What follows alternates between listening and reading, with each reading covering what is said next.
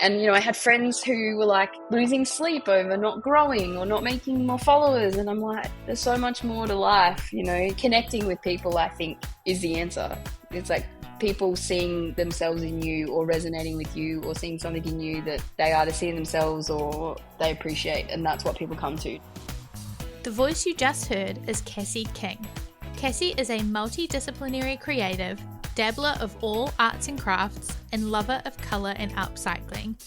She ran her business, Kassy King Designs, until early 2024 when she closed it down to focus on finding a healthy work-life balance and pursuing other professional aspirations. In this episode, you're going to learn the signs to look for that show that you're ready to hire a branding designer, what a cohesive brand can do for your creative business, the downsides to hosting workshops, ways to make the most of your local community, tips for collaborations and magazine features, how to know if it's time to close your creative business, what life after creative business can look like, and so much more. So if you are ready, let's start the episode and talk to Kassy. All right, hello everybody and welcome to the podcast, Kassy. Thank you so much for joining us. Thank you for having me. Yeah, I'm so stoked that you are here. As everybody will have just heard, they know a little bit about you already, but I'm so excited to go back a little bit, hear a bit about your journey, to rip the Band-Aid off a little bit up at the top. You have closed your business and are no longer running your business, but I want to talk to you. I'm going to talk to you about that. But first, let's go back and talk about how you started your business. So, how did Kassy King Designs come about? Where did it all begin? I was studying radiography at uni and I wanted to make x-ray markers. So I'm not sure if you're familiar with that. When you x-ray so the side of the body of someone, a left or a right, you have to have a little marker that says left or right with your initials legally in case someone's heart is on the wrong side of their body or something. And then I'd seen some made out of resin and my friend was playing with resin and I was like, can you show me a little bit like about how that works? I fell in love. I bought all of the things off AliExpress. I bought a bunch of molds, started making. I had actually been doing digital art already and had an Instagram for that. And I had been drawing people or and doing commissions and things like that. So I just posted a picture of something I made and someone I knew went, can I buy that? And I went, I guess. And then I would post more pictures and then people I didn't know were like, can I buy that? And then people were like, can you come to our market? And I was like, I guess so. And then it kind of just grew organically from there. Then someone sent me the product or like an acrylic resin called Jesmonite to try. And that's when I really fell in love. I could finally get the colors I wanted and kind of found my style and went from there. Yeah, and you have we had such a like a distinct style then, which I will talk a little bit about. But I love the fact that it was such a like classic, supply and demandy type thing. Like, you created something, people were like, I love that, I want that, can I have that? And you were like, yeah, of course you can. I guess so, yeah. Yeah. I don't do anything casually either, it turns out. So I was just all in then. Yeah, I love that. And so how did you then, turn that into a brand from there? What did the branding look like from the beginning? So initially in the beginning stages when I was working with resin, I bought a lot of like creepy kind of goth molds. So I was working with coffins or a skull ashtray and I have a lot of skull tattoos. So that's kind of my style. So I just hand drew because I'd been drawing. I drew myself a logo. It was a coffin and it said Kassy King Art and had a star and a moon. And then I went, that might be a little bit polarizing. I actually quite like lots of different things. Yeah. So the branding changed again. I think I used Canva to make my next one. And that was like checkers and like maybe a smiley face. It never just felt quite right. I think I changed again to a pink logo with just like some semicircles, which I thought represented like home decor a bit more. And then it got to the point where I was showing up to these massive markets and I felt, I didn't feel professional enough, I guess, with these things I'd made on Canva. So I then hired a local designer to create my branding for me. And we had an intensive day where we spent all day in touch. And it was, I think, 11 o'clock that night we had our final product. That's amazing. I love what you said about, being around these other people in these markets or in these environments and feeling like you didn't feel like at that level, right? Because I'm sure there's a lot of artists who can resonate with that, that maybe your work is at that level, but your brand doesn't match that. And so, yeah, how did you know that it was like, apart from maybe that feeling, but how did you know that it was the right time to hire somebody else to help you to do that? I think it was that disconnect I had from my online presence, didn't feel cohesive. And then my marketing felt different again, for in person events. And every time I had an event, I was making something new. I was making a new Mm, business card or a new magnet, or I was buying a new stamp. And I just felt like there was a real disconnect in my branding. I don't think you could see me at one event and then see me, other than recognize my work. I don't think you could see me at one event and then another and recognize that I'm the same person. So I wanted something cohesive. I wanted it to run from my online presence to my in-person presence to my shipping. So I had packaging made as well. So I had stickers, tissue paper, and paper tape made. I really wanted that cohesiveness. So when people got something from me, whether it was at the market or they saw me in a market and then bought online, it felt like the same person. yeah, yeah. And so is that, I hope, is that what you got once you did that with the intensive? Like, what did that result in once you'd done that experience? Yeah, well, I then at that stage, I then had a logo, I had a sub logo, I had some stickers I could use online, I had colors, which I think I used more than anything. I kept those colors cohesive. Um, and yeah, then I had tissue paper design, sticker design, tape design, and I had a PDF that had all my colors with the hex codes. So I could then take that information and then make things in Canva, but they weren't just like, oh, this is cute. They all kind of resonated and looked the same. So it took my, um, I guess, uncertainty around how to get my brand across. I finally had an idea like, well, I can spread the message. I think like my tone was the same, but now it had that cohesiveness to back it up in terms of colors, text, had a font. Um, yeah, I felt like a real business when I Yeah. had all of that. Yeah. Once it was all done. Yeah, the colors is like definitely something that I know. Like when I saw your business, I was like, oh yeah, I could recognize that. Like, I hope it is one of yours, but like the lilac, I feel like I see that like through even like your pieces, like Yes. your like I can see you have like one highlight that's still there. Like I see it on that, and I could like spot that, and know that it was something of yours. Yeah, we started the day. I thought I wanted pink.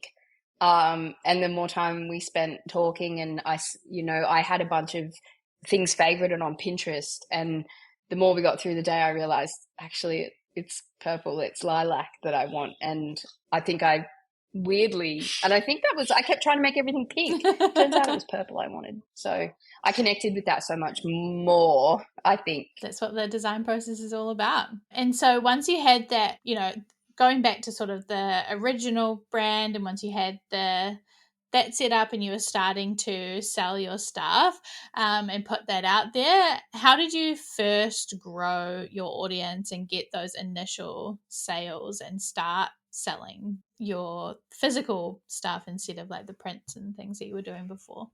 Yeah, I think I'm very lucky locally. Newcastle is where I'm based, and I've never felt community the way that I feel it in Newcastle. I think, luckily, my partner is a tattooist and has a lot of people who are obviously already interested in art, who I've also made friends with or interacted with. So I had a lot of local support. I think for people who just in the arts community in Newcastle is huge. So I think it took people supporting me as like, hey, you're trying a thing, like that's awesome. Let me support you. To like, oh wow, now you're a part of the Newcastle community, and um, Yeah, I felt very lucky. Like I grew up in Brisbane and spent a lot of time on the Gold Coast, and I've had many creative pursuits in my life. I used to make hair bows, and I make jewelry, I make clothes, and I've never had the community that I've had in Newcastle. I really don't think I could have done this anywhere else. And I think it's a big part of the reason that I got the opportunity to be a part of so many things that even encouraged me to keep going when maybe I wouldn't have. So I think my locality played a big part in it. And having such prestigious markets close by, like we've got Olive Tree Markets in Newcastle. It's been around for 15 years, and people drive from Sydney, which is about 2.5 hours away, to go to that market once a month. So yeah, I think my locality played a big part, and the community here definitely. Yeah. And so what did you do to make the most of that community, I guess? Because, you can be in the right place, you can have that community, but you have to do something with that community, right? So, yeah, what did you do to engage in that community and get your work into that community, get out there? Like, yeah, what did you do to make the most of that? I said I said yes a lot. I just was happy to be a part of anything. My background is retail and customer service. I think that made a big difference. Going to markets, talking to people face to face. I think when it comes to small business, you can have all the most beautiful branding in the world, but I think a lot of people buy from the person. So once I started sharing a bit more of myself online, along with my product, I think people connected with that. They're like, oh, hey, like she's like me, or I like how she does this, or it's cool that she's got this. So just connecting with people in person, I think really helped me explode. And then taking what I was doing in person and trying to translate it online. There's a lot of influencers who are like, hi, like I tried this product today, like there's a lot of, inauthenticity. And I think people resonated with just me Yeah. being myself online and being honest too. I've had a lot of people reach out when, I've shared struggles with business or anything, and everyone's like, so refreshing, you're honest. I'm like, what is everyone else doing? Like, I was so confused Yeah. because all I was being was myself. Like, I didn't have a plan, Yeah. and I think that Yeah, resonates with yeah. people. There was no bullshit, if I'm allowed to swear. Yeah, yeah, you are. Yeah, for sure. You said like getting out there like into the community and saying yes to things and that sort of thing. I noticed that you hosted workshops, it looked like, or did things like that. What do you think was what was your approach with hosting workshops or that sort of thing? Do you think that was a good strategy or a good tool for getting out there?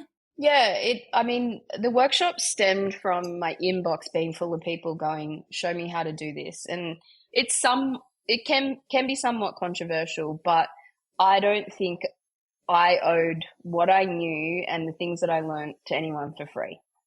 I'm sorry, I'm not an educational Instagram, I'm not an educational YouTube, Yeah, and the no. amount of messages of people that just wanted me to tell them everything I knew for free when Yeah. I'd spent years, months, whatever it was, blood, sweat, actual tears, finding these things out.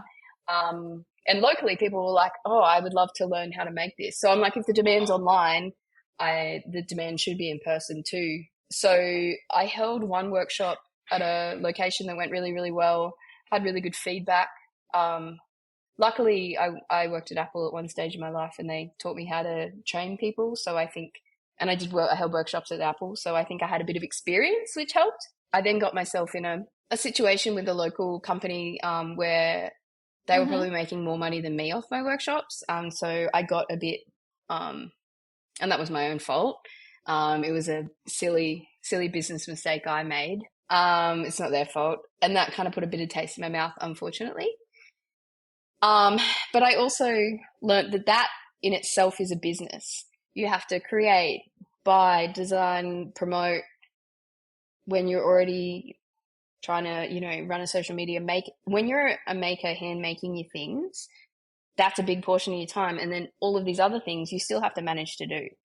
So, I couldn't do everything, unfortunately. And I had to choose what I loved the most, which was, you know, attending markets. I felt a lot of pressure at workshops for people to get something, and I didn't feel like I could Yeah. manage people's expectations correctly. Yeah. In my head, I got great feedback, and I had multiple people come back multiple times to multiple workshops. So I guess I was doing something right. Yeah. But it got to a point where I couldn't juggle all the things, unfortunately, as much as I tried. No, fair enough. I mean, yeah, every new thing that you add to your business is a new set of, like you said, like marketing you have to do, like, yeah, managing, like behind the scenes, promoting, like there's so much that you have to think about before and after you add something to your business. So you have to consider, like, not only do I want to do that thing, like, but do I want to do everything else that comes along with that thing? Is the work associated with it? Yeah. Yeah, it's so easy to go, I know a thing I can teach people, but it's like, yeah, but to get people to show up, there's all these extra things you have to do. So it actually started a social group at a local hospital reached out where they put money aside from their wage every week and they do something social together. And they wanted a workshop for 30 people. And I was like, oh, before I do a workshop for 30 people, I better run a workshop. And that kind of kicked my butt into gear. I'd been talking about it. But yeah, it just became a whole other beast. Yeah. Yeah. And it's hard when you're doing it yourself too. Like if it is that somebody else is kind of like facilitating it and managing it and you are just coming in and running the workshop, that's one thing. But if you are like having to find the venue and the materials and the like, there's a lot that goes into that. Having run workshops myself, like finding venues is so hard and like it's a lot. So yeah, it's good to talk about. So it's good to get your experience and your take on it. So thank you for sharing that. Some other things that I read that you have done or research that you had been involved in. I saw that you did done a lot of like collaborations with other people as well, or like other brands, other people. How do you find like getting involved with collaborations or coming across those and how they sort of helped with your brand? Was it like you reaching out to other people or them reaching out to you or brands? Tell me about collaborating and how that worked for you. A lot of the collaborations, sorry, that's my cat yelling. A lot of the collaborations came from I'd already struck up a friendship with the person or the brand. That was probably the coolest thing about my business is the friendships I made, and I still maintain today.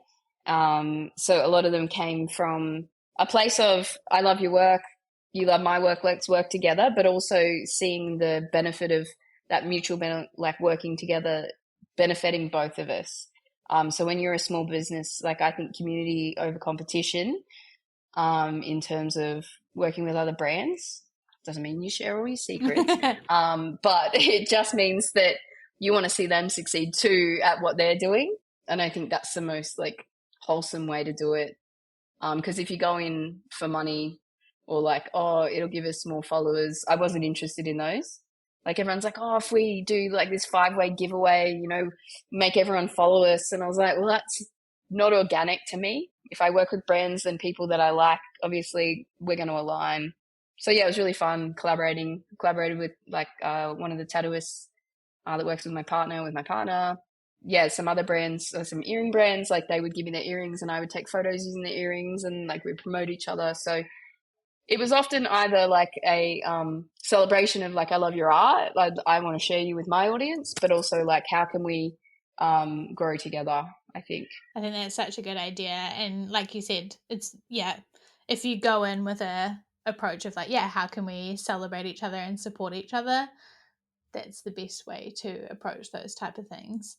And then you have like the best type of expectations rather than like, how can we get the most like return out of this situation? Yeah, there's no guarantees with stuff like that either. It's just like I often, found people whose work I loved, and it was more like how can we work together? I like you, like let's do things. Like, how can I help you? I was always trying to share my audience with other people. I feel lucky to have grown to the numbers that I had on Instagram, and I really don't have an answer for how that happened, but I wanted to share that with my friends because I know it matters to a lot of people, and it doesn't matter so much to me. But I wasn't naive to the fact that I had an audience, and yeah, I definitely wanted to share that with the people that I cared about as well to try and help them out.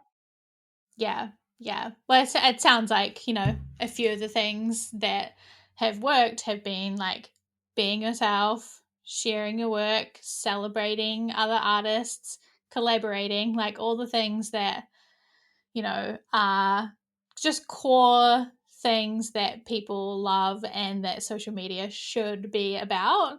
But people often overcomplicate it, or it gets too tied into like the algorithm or like these specific things that we have to do. But really, it's just about being yourself, sharing your work, collaborating, celebrating other artists, all those really basic things.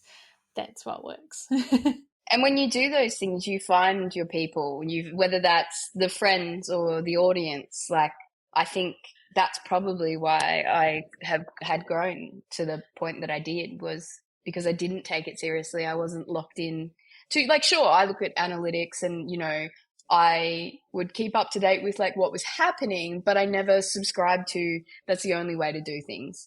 I was just like, I'll just post it. It doesn't matter. Like, I started with nothing. What have I got to lose?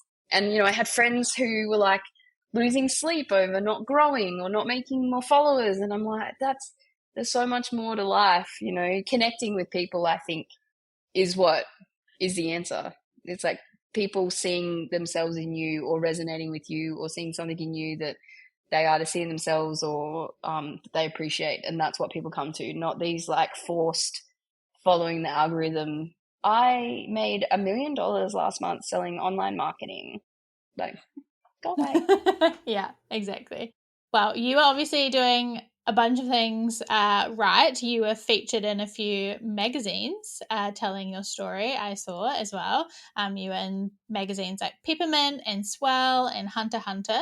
I wanted to ask you about how those came about as well, because people often ask about how to get featured in magazines or podcasts or like those type of things. So yeah, tell me about the magazine features and how they came about. So Peppermint reached out to me and just said, look, we love what you're doing. We'd like to put you in our limelight. Do you want to? And like I said, I just started saying yes to everything. And I said, yep, why not? Swell came about. They reached out and said, hey, we want to feature you. Like, we love what you're doing. And I was like, yep, sure. So they had heard about me through a friend of a friend, who talked about how great my work was, or like they really liked when they met me at the markets. And I guess they'd received a lot of positive feedback about myself and my work. And I guess they felt like that was the right thing to share. And Hunter x Hunter is actually a paid feature. Okay. No one actually really knows that. Yeah, they come across as like a local news story, but you actually have to pay, to be a part.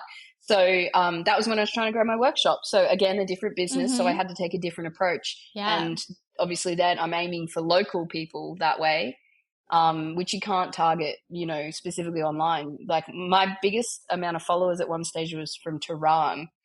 They're not going to come to my workshops, are they? So I chose a targeted approach and I paid for advertising in Hunter x Hunter, which is around $750 with me supplying the photos. Okay, yeah, good to know. And a really smart marketing approach. So the other two were free. Yeah.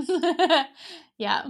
But it sounds like it came from like partly, just being out there and sharing your work and people knowing about you, but also from being like you said, your connections and being networking and being at markets, right? People heard about you or met you at the market or that sort of thing. So from that, which is great. And then the Hunter x Hunter one is a really smart way of thinking, which is what I try and teach people all the time, which is think about who you are trying to reach, right? And where are they?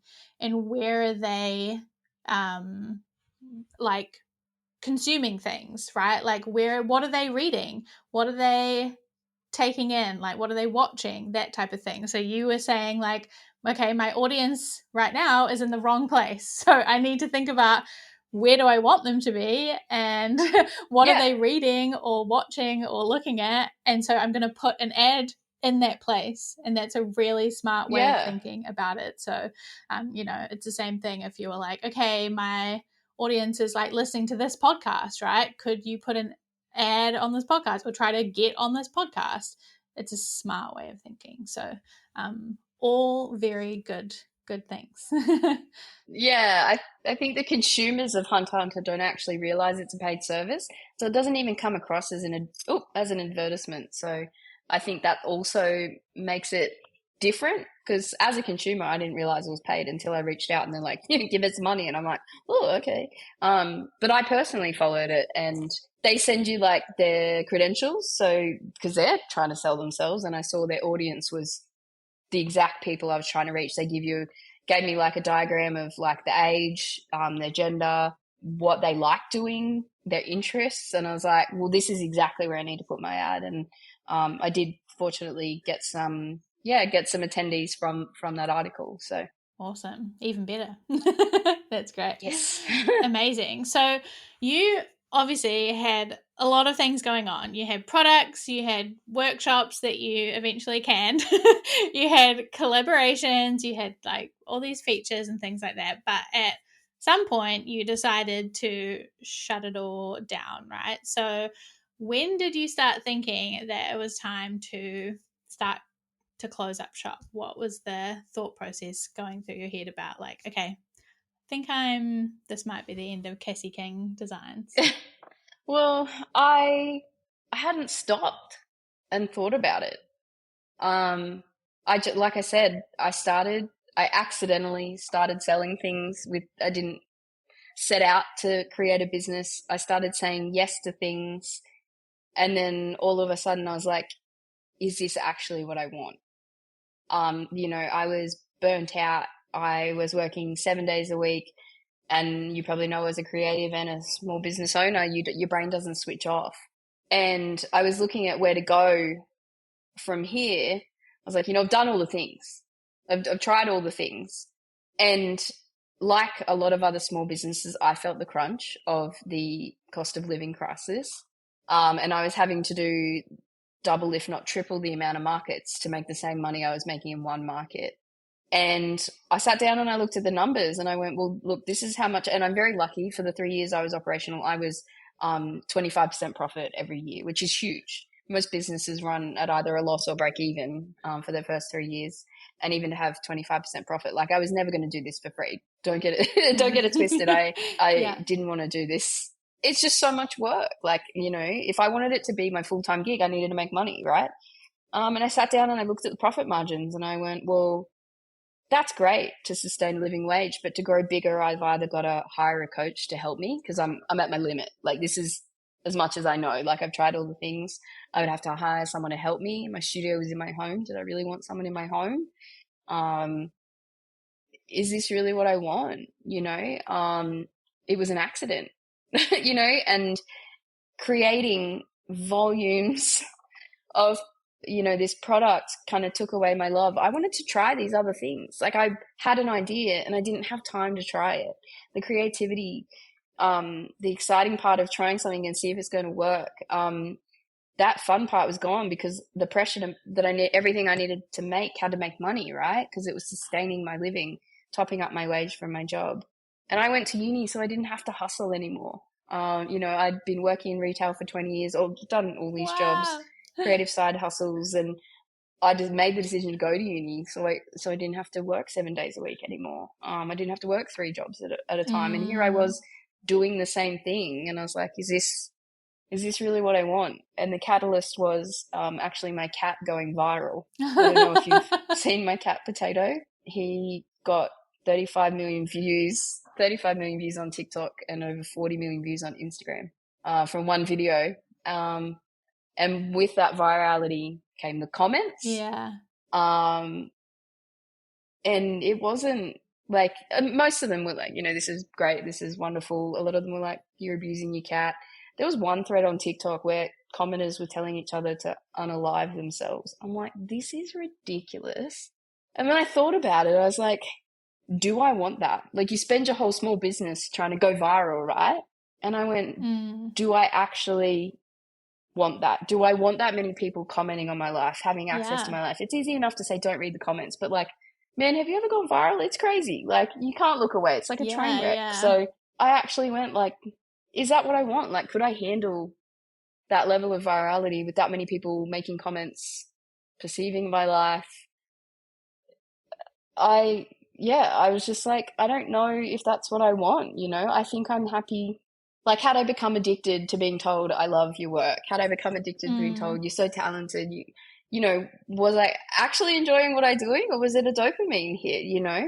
And then ironically, my closing down reel went viral. It got to 1.5 million views, and the comments started getting silly, like started getting really silly. And I was like, I don't, I don't, and like all my small business friends were losing their minds. They're like, you can't delete a reel with 1.5 million views. Are you insane? Like, you can't, that's what we all want. Like, what are you doing? And I'm like, I don't think that's what I want. Like, and you can't control it. Like, once the beast is out there. And so I deleted it at 1.5 million views, and my friends lost their minds. But I mean, besides being exhausted, when I actually sat down and thought about, like, is this what I wanted? Do I want my life to continue this way? Can I really make enough money for this to be my full-time job in this economy? Can I ride it out? Do I want to ride it out? I hadn't really stopped and thought about it. I just said, yeah, I love trying new things. So I just kept saying yes. And then all of a sudden I was 3 years later with a profitable business that I didn't even mean to make. Yeah, it's complex. It's loaded. The cost of living crisis played a big part. I was lucky to still be making money. I know some people weren't or aren't, but every conversation became about, oh, what else can we do? Like, how can I get this? And the stress was more than I wanted. So yeah, when I sat down and thought about it, I was like, is this actually what I want? So it was a lot of personal thinking and considering and talking with my family about it, and, you know, was this what I wanted my life to look like? And when I thought about it, I was like, no, I really love my job. I went to uni to become a medical radiation scientist, and I freaking love that. And I'm really proud of myself for doing that. And I hadn't even focused on that. You know, I'd been running this business this whole time through it, and I'd be at work not focusing. And I was like, well, that's not fair to that time I invested in that. So, yeah, complex. I don't regret it for a second. I haven't made a single Jesmonite piece since. I've been making a lot of other art and playing around, redecorating my home. Sorry, that's loaded. There's so much going on, but no, it's good. Yeah, and thank you for sharing this story. I know there's probably like, it's been months now, but I'm sure there's still a lot of like feelings involved. So I appreciate you sharing that with me and with us. How, I'm sure, you said there's like some of your friends telling you, what are you doing taking down that reel? And like, I'm sure there were people questioning, like, why are you closing down even maybe? And like, why are you making that decision and things like that? Like, and maybe you were questioning that yourself even in the process. I'm not sure. But like, how did you know that it was the right decision to do that, to close it down? Because I'm sure, like you said, it was profitable, even though it was, the cost of living and you were working really hard and all of that stuff. It was profitable and people loved your work and things like that. But how did you ultimately make the final decision and know it was the right decision to close down? When I talked it through with my family and friends, and I said, look, I'm thinking about packing it all in, thinking about quitting. And they were like, whatever you want to do, like whatever feels right. And we talked through it. And when I went, yep, I'm going to do it, oh, it was like a weight lifted off my shoulders.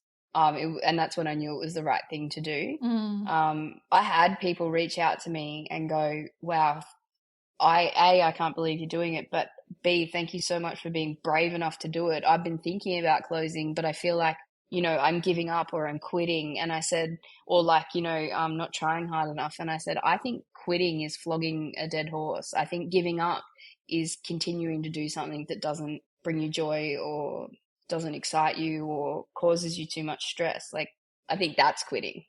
So I thought I would have been, giving up or, not being true to myself if I kept going. I wasn't passionate about it anymore. And yeah, like I said, when I sat down and went, is this, like, if I go viral, do I want that? No, I don't want to go viral. Do I want to keep working 7 days a week? No, not really. Like, do I like my day job that I work really hard for? Yeah. Can I still keep making things and share it with people? I can if I want to, you know.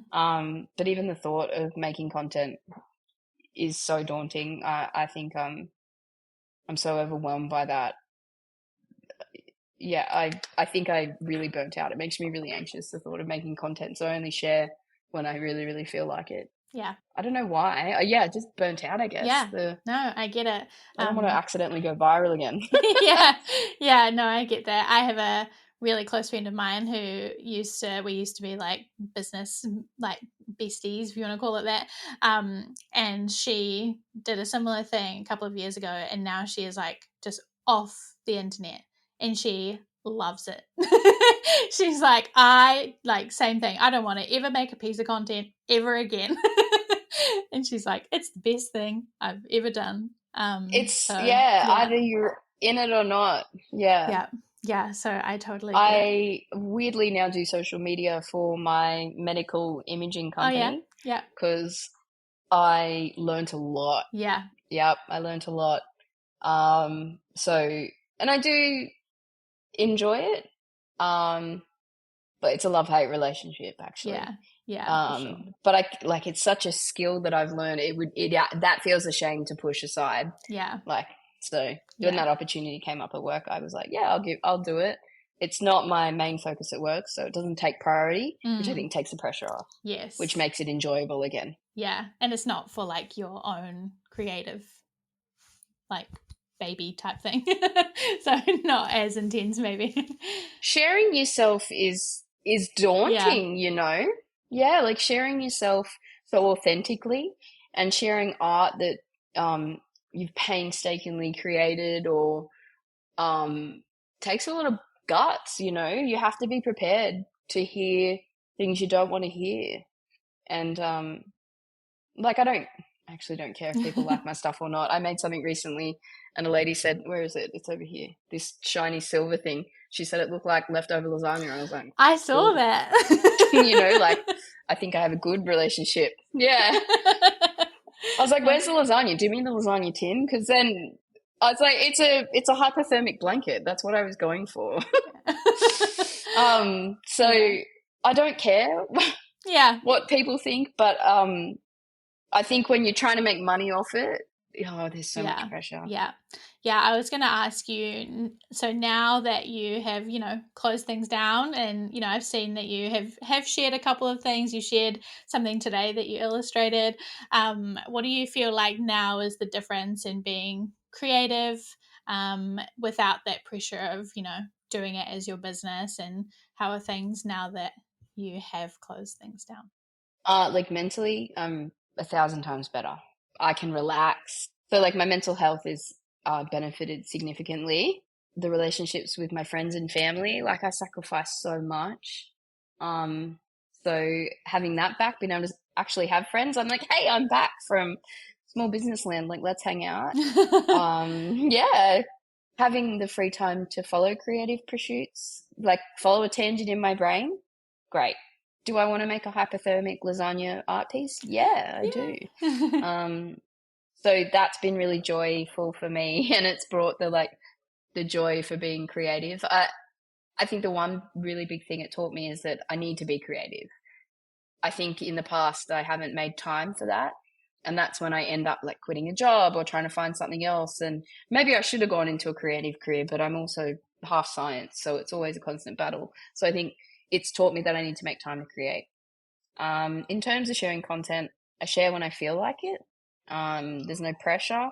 I'm not trying to sell anything. I don't feel like I have to get on there and sell myself anymore. Like, hi, please buy my things. I can just, here's the thing I did. I don't care if you like it. Whereas before it's like, please like my things. I need the money. So, but I don't, sometimes the back of my mind, is like, oh, you got to post. Like, you got to post something. I'm like, no, I don't. I'm much happier. And I think I've been lucky enough I was invited to speak on a panel about social media. I've been invited to do this podcast. I've been invited to a TikTok event next week. So like all these different opportunities are coming up now, that are exciting that I wouldn't have made time for before, or even had the blinkers open to be able to be receptive to those things. So yeah, I'm much happier. I think I'll always be creative. I'll probably always share. I guess I'm from that age where you share on social media, millennial. But I don't regret my decision at all. It was 100% the right thing to do. Cool. That's awesome. I love that. And I'm happy that you are happy. That is so good to hear, and so great to always great to hear a creative feeling more creative. I know, right? I'm like, oh, a burnt out creative? No, a happy creative, yay. That's what I want. Yeah. That's awesome. I love that. Okay, my last question for you is the question that I ask everybody, and that is just, what do you think is one lesson that you have learned, or like one piece of advice that you would give to other artists or creatives who are branding their passion? I think don't let the noise of social media stop you from sharing what you want to share. I think it comes back to that authenticity. I don't know if you get those videos where they're like, do this and, I reached this many accounts, or do this and I reached this many accounts. Don't chase the algorithm. You'll never beat it. You'll never understand it. Even Instagram doesn't understand it. Post what you like and you will find your people, I think. And just be yourself. Yeah, I love that. No one else can be you. You might sell the same thing as someone else. You might make a similar thing as someone else, but what the other person doesn't have is your personality. Yeah, 100%. I love it. Well, thank you so much, Kassy. I have loved hearing this from you, and personally loved it, and I know that everybody listening is going to love this. I will leave all your stuff in the show notes, but do you want to tell everybody where they can follow your current creative journey and whatever you might get up to in the future? If you want to, I'm currently redecorating my house and on a budget, so I'm upcycling. Yeah.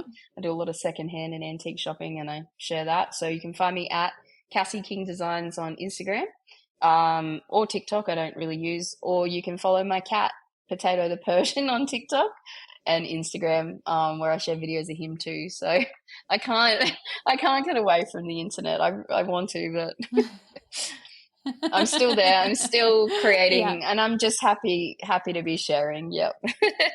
Yeah, we love it. Well, we will all follow you, but not keep you beholden to any type of schedule or any type of content. We will just love and see whatever you post, whether it might be some sparkly lasagna type creations. Someone messaged me and wants to make me 3 times the size. They want to buy it off me, and I'm like, no, that's not what this is anymore. You're not getting the purpose. Oh. Yeah. Okay. No, well, the pressure came back. And no. Yeah. Well, thank you so much. This has been awesome. Yeah. Thank you for joining us. We will see everybody next time. Bye. Bye. Thanks for listening to this week's episode of Brand Your Passion. If you enjoyed this one, it would mean the world to me if you could share it on social media and make sure to tag me at Maker and Moxie so that I can see and share it too. It really does help to get the show out there, which means that we can all work towards that Maker and Moxie vision of making the world a more creative place, one brand at a time. Thanks so much in advance, and I will talk to you in the next one. Until then, keep creating.